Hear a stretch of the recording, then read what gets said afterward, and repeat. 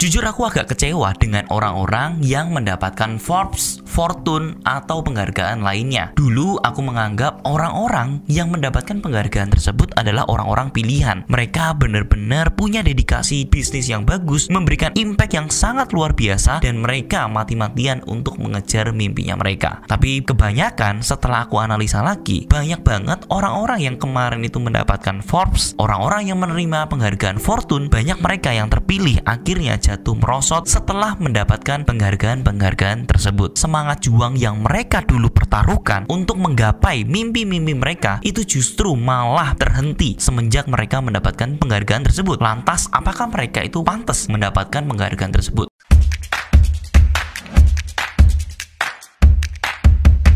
Sebelum aku masuk ke topik yang di sana, aku mau cerita dulu. Jadi kurang lebih sebulan atau 1,5 bulan yang lalu, aku mendapatkan email dari Fortune. Waktu itu aku sedang ada di kantor, posisinya lagi bersama karyawan, lagi ada meeting, dan tiba-tiba ada notification yang bilang ini pesan dari Fortune. Kami ingin mengundang Bapak Anthony, terus kemudian titik-titik-titik karena tidak kelihatan. Dan kemudian aku langsung mikirnya saat itu, masa sih aku diundang sama Fortune? Apa mungkin seorang Anthony yang belum punya apa-apa ini bisa diundang ke sana gitu? Jangankan menang, masuk nominasinya aja itu udah seneng banget harusnya buat aku. Cuman ini menjadi dilema, aku pengen cepet-cepet untuk langsung ngelihat emailnya, dan kalau misalkan aku ngelihat emailnya itu aku pasti bakal kegirangan banget. Makanya aku mutusin buat stop dulu, jangan ngelihat dulu karena ini masih di depan karyawan-karyawanku. Kemudian aku mutusin untuk keluar, habis itu aku lihat emailnya. Aku diundang, tapi bukan sebagai nominasi.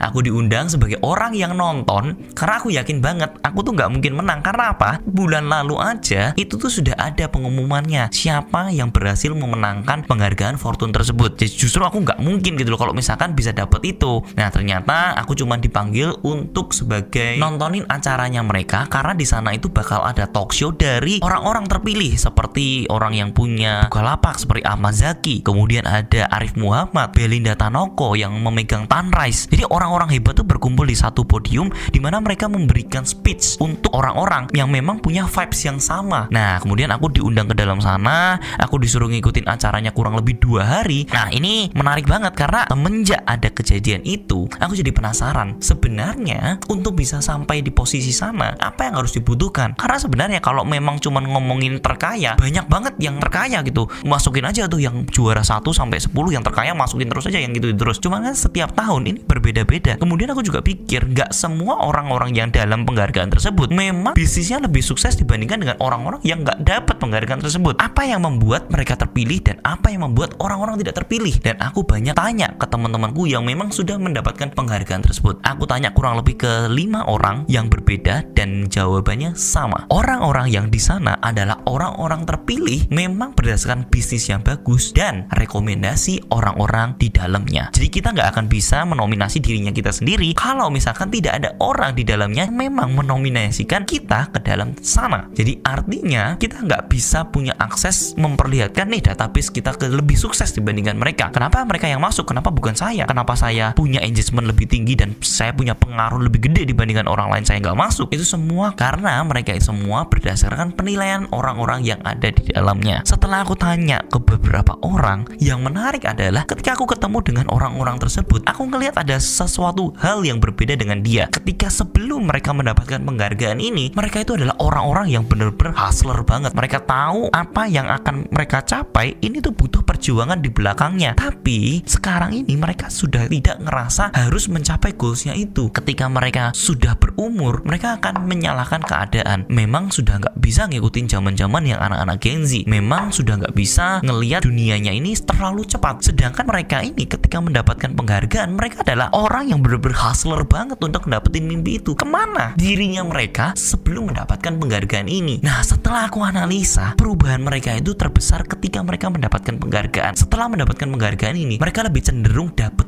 beban dengan titel orang-orang yang sudah memiliki penghargaan bergengsi ini. Mereka dipuja-puja, mereka dianggap orang-orang yang memang punya insting yang luar biasa, sampai akhirnya ini merubah sudut pandangnya dia. Dari dulu yang mungkin dia adalah orang-orang yang suka mendengarkan, tapi mereka jadi tidak suka lagi mendengarkan. Mereka lebih cenderung memberikan saran karena mereka merasa mereka sudah di level yang berbeda dibandingkan dengan orang-orang. Nah, ini sebenarnya berbahaya, apalagi di zaman sekarang. Aku ngerasa bahwa sebenarnya untuk kalian win the competition itu bukan hanya ketika kalian mendapatkan penghargaan, tapi along journey sampai kalian mati itu adalah gamenya kalian. Jadi komitmen yang kalian buat setiap harinya itu adalah perjalanan kalian. Kalian nggak akan bisa satu goals tercapai terus selesai gitu. Setelah ada goals lagi akan ada goals baru lagi, goals baru lagi, goals baru lagi. Siapa yang menghentikan goalsnya itu? Ya dirinya kalian sendiri. Ketika kalian itu merasa puas dan ngerasa ini kayaknya cukup deh, aku nggak perlu lebih besar daripada ini, kayaknya aku sudah lebih pintar dibandingkan orang lain. Nah, ini sering terjadi ketika orang-orang tersebut sudah mendapatkan penghargaan ini, dan aku ngelihat sangat-sangat disayangkan dan sungguh aku kecewa ketika aku nggak ngerasakan api yang sama dibandingkan dulu sebelum mendapatkan penghargaan tersebut. Mungkin ini nggak semua ya, tapi saya melihat ada pattern yang sama di beberapa orang yang sudah mendapatkan ini, which is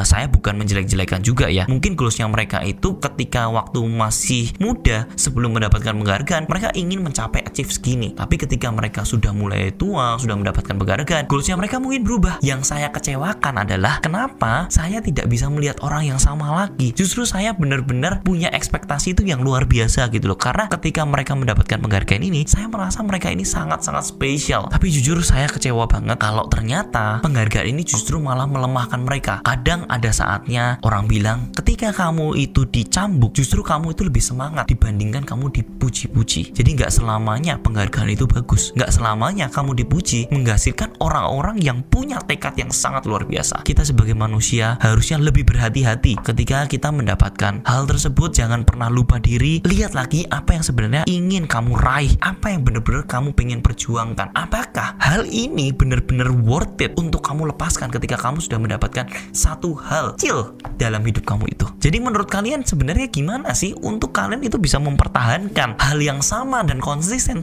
terus menerus? Jawabannya cuma satu, kalian harus ada di lingkungan yang benar-benar tuh semuanya tuh kiasu, semuanya orang-orang yang benar-benar pengen belajar setiap hari. Ketika kalian ada dalam lingkungan tersebut, kalian akan ngerasain perbedaannya, bahwa orang-orang ini memang membuat kalian itu jadi jauh lebih semangat dibandingkan diri kalian yang sebelumnya. Itu udah rumus. Nah, makanya supaya aku tetap kiasu dan tidak berubah sampai akhir hayat aku membuild community. Aku sengaja membangun sebuah workshop di mana di sini itu adalah circle-circle orang-orang yang memang menurutku hebat-hebat, karena mereka ini kalau nggak mereka dari keluarga yang kaya, merekanya yang bekerja untuk menjadi kaya raya. Di mana di dalam community ini aku belajar banyak bahwa mereka nggak melulu ngomongin tentang properti, kita bisa ngomongin tentang bisnis-bisnis lainnya, dan aku pengen itu benar-benar bisa kita sharing, kita bisa bikin pitch deck bareng-bareng, kita bisa ngobrol satu sama lain, which is ini sangat-sangat powerful. Supaya apa? Supaya menjaga kekiasuan yang kita. Jadi teman-teman, aku harap ya kalian kalau misalkan di luar community aku, kalian juga bisa masuk ke community-community yang orang lain yang please bener-bener kiasu juga. Pastikan